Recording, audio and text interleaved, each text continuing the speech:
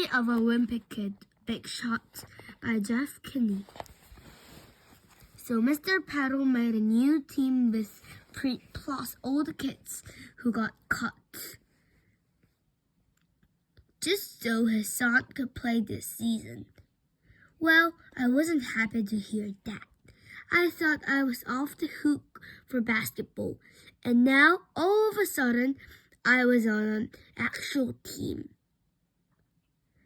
And I knew there was no way Mom was letting me out of this either. Our first practice was tonight at the elementary school, and when Mr. Paddle saw our team assembled for the first time, I'll bet he had second thoughts about taking this on.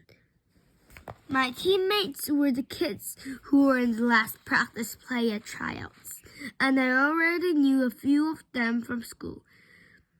Jodari Bruce and Tommy Chu were part of that try-deal with me on sports day. Jodari Bruce, Tommy Chu.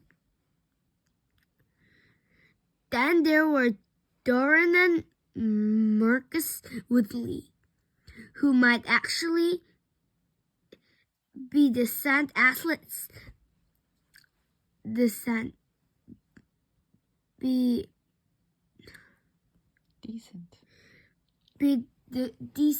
actually if they aren't always trying to kill each other. Doran Woodley, Marcus Woodley. We also had Edward Neely, who hasn't said a word since second grade, and Kevin Ponadora, who nobody can understand when he's wearing his retainer. Edward really, Kevin Ponadora. Splash. I guess it's always good to have a little height on your basketball, little height on your basketball team. So we're lucky to have Yosef Maskin, but Yosef likes to scoop up kids who are my size and put them in the cave.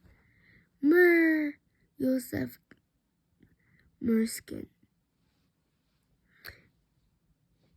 It's also good to have a little toughness.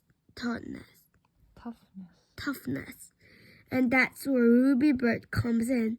And the reason she's on the boys' team is because she attacked one of the evaluators at the girls' tryouts for writing her number down. Scream, chump, Ruby Bird. Anyway, I wouldn't have blamed Preet or his dad for walking out as soon as they got a good look at us. But Mr. Paddle gathered the team round him so he could give a speech. Mr. Paddle said that we might not have the most talented team, but we were going to outwork everyone else in the league. And he said we were going to learn to play the right way starting tonight.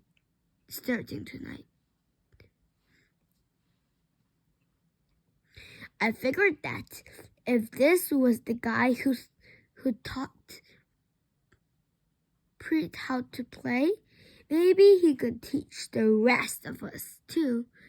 Tommy Chu raised his hand and asked how come we were meeting in the elementary school hall instead of the gym.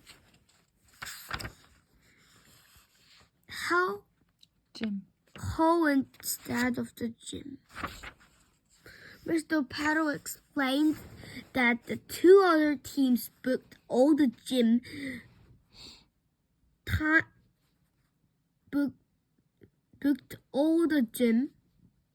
time for the season. So we were gonna have to make do with the leftovers.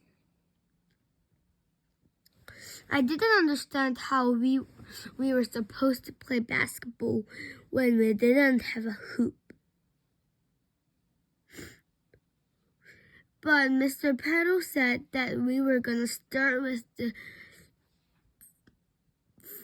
fundamentals and work up to shooting later on. We did some dribbling drills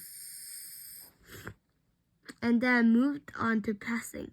But with all the tables set up in the hall, there wasn't a lot of room to move around. So half of us had to go on the stage, which was set up for a kindergarten play. Even though we were trying our hardest, Mr. Petal was getting frustrated. We weren't picking things up more quickly. And every time one of us made a mistake, it'd make us run sprints to the other side of the hole. But that just made us tired. So we made even more mistakes. And after a while, everyone except Preet was running sprints. Tweet, puff, puff. Personally, I don't think coaches should use running as a punishment because all it does is make kids hate to run.